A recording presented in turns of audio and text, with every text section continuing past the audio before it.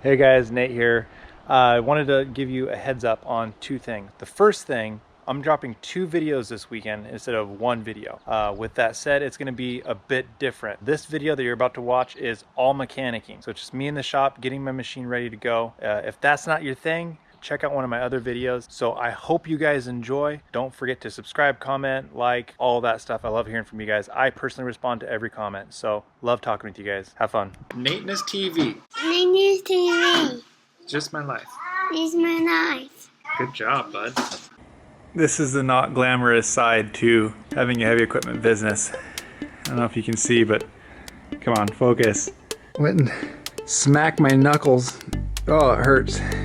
Yeah, replacing the serpentine belt on my machine, and it should be like a 5-minute job replacing a serpentine belt, but ended up taking me about 40 minutes. As I was putting tension on the belt, it snapped off and smacked my knuckles. So a lot of people think that this is a glamorous job. It's not.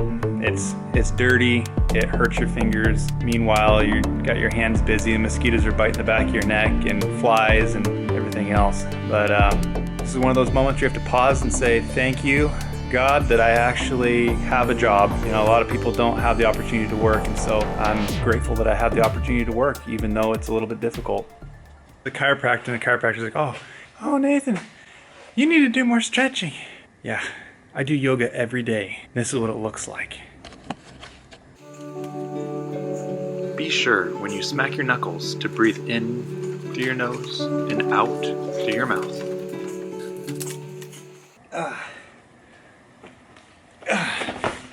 It shouldn't take 45 minutes to replace a serpentine belt. Oh, a serpentine belt is what makes your fan, air conditioning, oil pump, it makes everything work. If you don't have a serpentine belt, you're not going anywhere. You're gonna overheat, blow up your engine. That's what a serpentine belt does. Oh, woo, baby, that'll get your hammies burning. So this is the next job.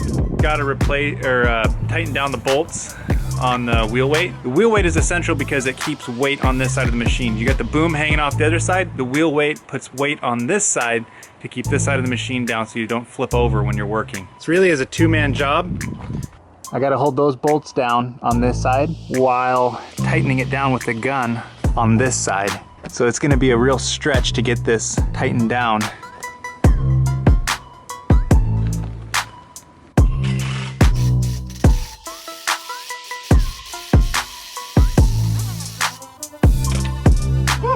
Oh, getting to be good friends with the tire. I'd rather be hugging my wife.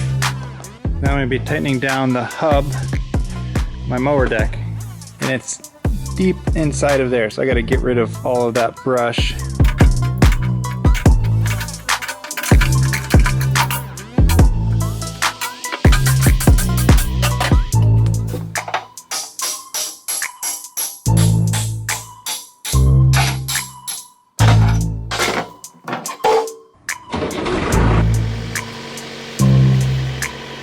All right, I got this hydraulic motor all unbolted, so now I have to pull it out of there.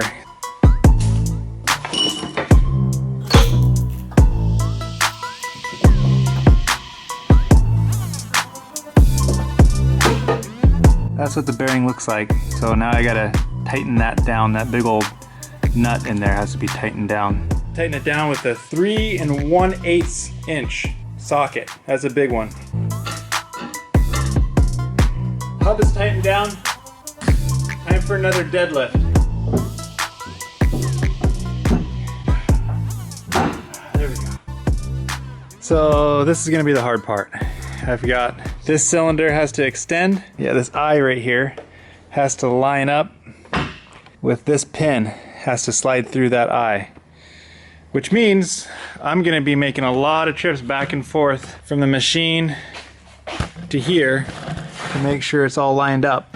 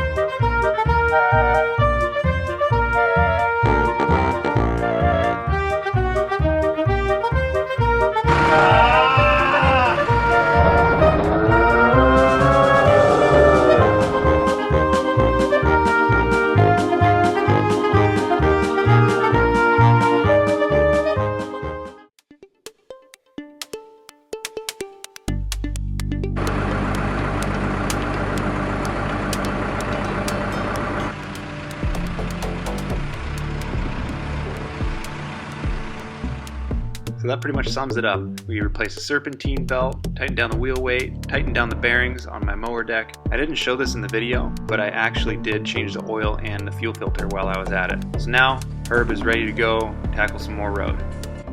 Every shop needs a good shop cat. So, this is Angus. We call him Gus or Gus Gus. He kills all the rats and mice. In the next video, Gus is going to join me while I answer the question that everybody's asking, why are you doing YouTube? So we'd love it if you joined us for that. Well, there you have it. That's kind of the mundane life of a heavy equipment operator. You got to do your own mechanicking and stuff. Everything goes up, down, round and round, or in and out with heavy equipment. And if it's not going up, down, in and out, or around and around, you figure out why and you fix it. I had a really wise mechanic tell me that one time, and it really simplified things for me. I think I got most of the grease off my hands. I probably should wear gloves, but gloves kind of get in the way. And gloves didn't save my finger either. Alright, if you made it this far in the video, comment below your best guess on how I lost my finger.